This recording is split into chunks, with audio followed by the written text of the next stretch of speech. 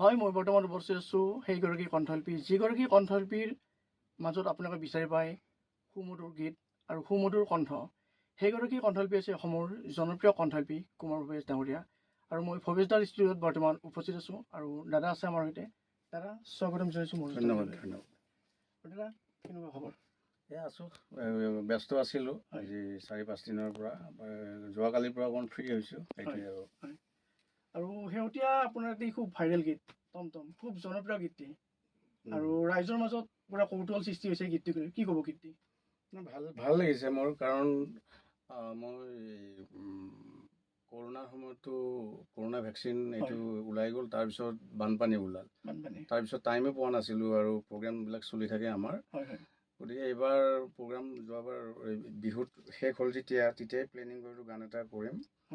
তেনেকৈ গানটোৰ মোৰ দাদা এজন আছে ৰাতুল গোস্বামী, নাই ৰাতুল দাস চৰণীয়া, চৰি। তেনেকৈ তেখেতৰ লগত ডিছকাছ কৰি তেখেতে ক'লে যে ভাল কনচেপ্ট এটা আছে টমটম বুলি।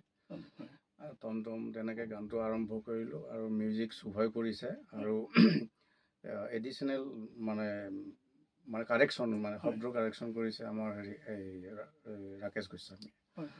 ভিডিঅ'ৰ কাম কৰিছে তোমাৰ এই ভিডিঅ' ডাইৰেকশ্যন কৰিছে আমাৰ ধনজিৎ দাসে কৰিছে। এইটোৱে মানুহে আঁকোৱালি লৈছে, গানটো ভাল লাগিছে। বহুত দিনৰ মূৰত গান এটা মানুহৰ মাজলৈ গৈছে, সেইটোৱে আৰু বৰ্তমান এটা পৰিকল্পনা আপোনাৰ? বৰ্তমান মই আৰু 2টা গীতৰ কাম হৈ আছে। এটা পূজাৰ গীত লিখি আছে মোৰ বন্ধু সত্যজিৎ কলিতাই, আৰু মোৰ পুৰণি গীত এটা ৰিমেক কৰিম এতিয়া। মই এই কিছুদিন যাওক আৰু এই গানটো অকণমান মানুহৰ মাজলৈ যাওক। এই জ্বলি যায় গানটো, শুন পাইহে এই গানটো কৰিম। গতিকে পূজাৰ আগত আৰু মোৰ 2টা গীত মুক্তি পাব। জুবিন আৰু কুমাৰ ভৱেশ দুজনে একেলগে ওলাইছে এই সমাজখনত, গীতৰ সমাজখনত, কিন্তু তেওঁক মানুহে বেছি প্ৰাধান্য দি আহিছে। কি ক'ব এই বিষয়ে? প্ৰাধান্য দিছে, ভাল কথা, কাৰণ জুবিনৰ মোতকৈ বেছি টেলেণ্ট আছে আৰু ভাল কাম কৰে। কিন্তু তথাপিও মই পিছ পৰি থকা নাই। মোৰ শ্ৰোতা আছে বা মোৰ শ্ৰোতাখিনি বেলেগ হয় বা জুবিনৰ শ্ৰোতাখিনি বেলেগ। গতিকে জুবিনটো মোতকৈ বহু ওপৰত আৰু ভাল কাম কৰি আছে অসমৰ ইণ্ডাষ্ট্ৰীত বা বাহিৰতে হওক। গতিকে আমি সেইখিনিলৈ যাব পৰা নাই, কিন্তু মানে ট্ৰাই কৰি আছোঁ যাব পাৰোঁ নে নোৱাৰোঁ। কিন্তু আমি দুটাই নিজৰ ঠাইতে আছোঁ। মই মোৰ ঠাইত আছোঁ আৰু জুবিনৰ ঠাইত আছে। গতিকে তেনেকুৱাকৈ চলি আছোঁ বৰ্তমান। আৰু নৱপ্ৰজন্মৰ কিছুমান কণ্ঠশিল্পী আছে, তেওঁলোকৰ ৰেটবিলাক বহুত, কিন্তু আপোনাৰ ৰেট কিয় ইমান কম? মইতো আগতেও কৈছোঁ যে মই বুজি পাওঁ, মানে কিছুমান কমিটি মোৰ ঘৰলৈ আহে, কিন্তু মানে কি হয়, সিহঁতৰ পইচা নাথাকে ইমান, যে মই যদি 5 লাখ টকা কৰি দিওঁ বা 6 লাখ টকা কৰি দিওঁ, ক'ৰ পৰা দিব তেখেতসকলে? গতিকে মই এটা যিটো মোৰ খৰচ হয় মোৰ গোটেই গ্ৰুপটোত, বোলে ইমানখিনিৰ ভিতৰত প্ৰগ্ৰামটো কৰিব পাৰি, তেনেকুৱাকৈ মিলাই কিনে মই কমত প্ৰগ্ৰামটো কৰোঁ। আৰু বাকীবোৰেতো আৰু 6-7 লাখ 5 লাখ এইবিলাক কৈয়ে থাকে, বাকীবিলাকে পায়ো। কিন্তু মই ইমান মই পইচাৰ কাৰণে পাগল নহয়। যিখিনি মানুহে দিয়ে সেইখিনিয়ে মোৰ যথেষ্ট। আৰু নৱপ্ৰজন্মৰ যিবিলাক কণ্ঠশিল্পী আছে, সেই কণ্ঠশিল্পীৰ বিষয়ে আপুনি কি ক'ব? নাই, ভাল কাম কৰি আছে। আমাৰ নতুন যিখিনি আহিছে মিউজিক ইণ্ডাষ্ট্ৰীত ভাল কাম কৰি আছে। আৰু মোৰ ফালৰ পৰা এটাই কথা থাকিল, ভাল কাম কৰি যাওক, আগবাঢ়ি যাওক, সেইটোৱে।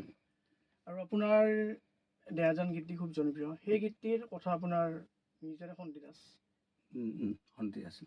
তেখেত বৰ্তমান নাই। এনে আপুনি কিবা খবৰ কৰিছেনে তেখেতৰ বৰ্তমান?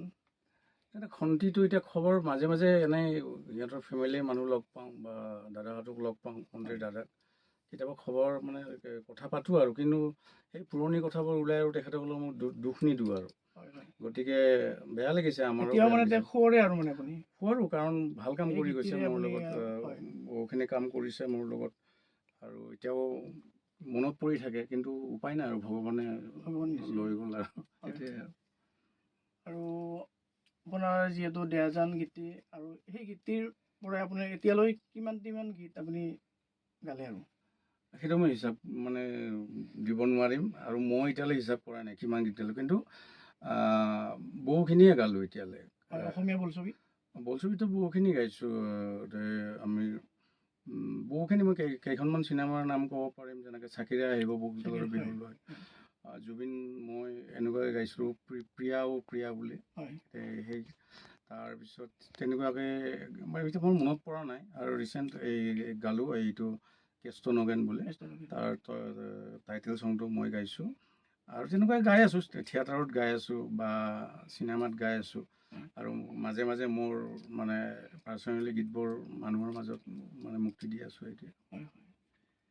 ধৰক আপুনি গীতবিলাক গাই আছে, কিন্তু আপোনাৰ গীতবিলাক অকণমান ৰসাল, যেনেকৈ আপোনাৰ ৰসৰাজ লক্ষ্মীনাথ বেজবৰুৱাৰ ৰসাল কথাবিলাকত তেওঁ জনপ্ৰিয়, কিন্তু আপোনাৰ গীতবিলাক সেই ৰসালেৰে জনপ্ৰিয়। আপুনি কিয় সেইটো বাছি ল'লে? মোৰ ভাল লাগে, কাৰণ এই মানুহে কি আজিকালি মানুহৰ টাইম নাই ইমান মানে ক্ৰিটিকেল শব্দ নাই মোৰ মতে আৰু দেই, বেলেগৰ কথাটো মই ক'ব নোৱাৰিম। মই অলপ মানুহে গানটো বজাই দিয়াৰ লগে লগে যাতে বুজি পায় কি কৈছোঁ মই, সেইটো যাতে প্ৰথম স্থায়ীটোতে গম পায়, তেতিয়াহে গানটোৰ প্ৰতি আকৰ্ষণ বাঢ়ি যায় মানুহৰ। গতিকে তাৰ পিছৰখিনিতো আৰু শুনিবয়ে। মই তেনেকুৱাকৈ মানে মই কেতিয়াৰ পৰা কৰা হ'লোঁ যে এই কৰোণা ভেকচিনৰ পৰা EMI ভাত হৈছে, এইটো মোৰ ঘৰৰে শব্দ হয় এইবিলাক। তাৰপিছত বানপানী, তাৰপিছত এইবাৰ টমটমটোতো এটা মানে ই ৰিক্সা চালক বা পিলপিলি, আৰু বিভিন্ন ঠাইত এই টমটম পিলপিলি এইবিলাক বেলেগ ধৰণে কয়, কিন্তু মই মানে টমটম শব্দটোৱে বাছি ল'লোঁ, ভাল লাগিল গাই কিনে। গতিকে তেনেকুৱাকৈ আৰু মানুহৰ মাজত মানে সোনকালে যাতে বুজি পায় তেনেকুৱা ধৰণৰ মানে গান বনাই মই ভাল পাওঁ সেইটোৱে। আৰু শেষত দাদা আপোনাৰ যি ভাইৰেল টমটম, সেই গীতটি অকণমান আপুনি গুণগুণাই দিলে নিশ্চয় আমাৰ দৰ্শকসকলে ভাল পাব। নিশ্চয়।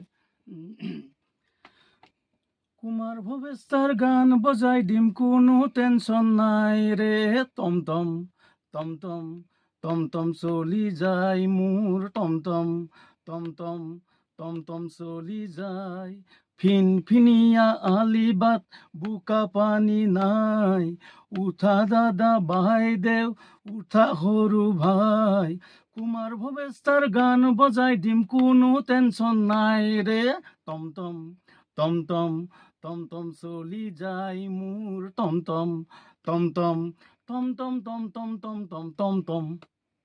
বহুত বহুত ধন্যবাদ দাদা, আৰু ইমানখিনি আপুনি আমাক সময় দিলে ব্যস্ততাৰ মাজতো, বহুত বহুত ধন্যবাদ। Thank you. সেয়া আছিল অসমৰ জনপ্ৰিয় কণ্ঠশিল্পী কুমাৰ ভৱেশ, আৰু আমি আজি ষ্টুডিঅ'ত উপস্থিত আছিলোঁ, তেখেতৰ বিষয়ে কিছু আমি আপোনালোকক জনালোঁ। বহুত বহুত ধন্যবাদ। চাই থাকিব আসাম টক্স।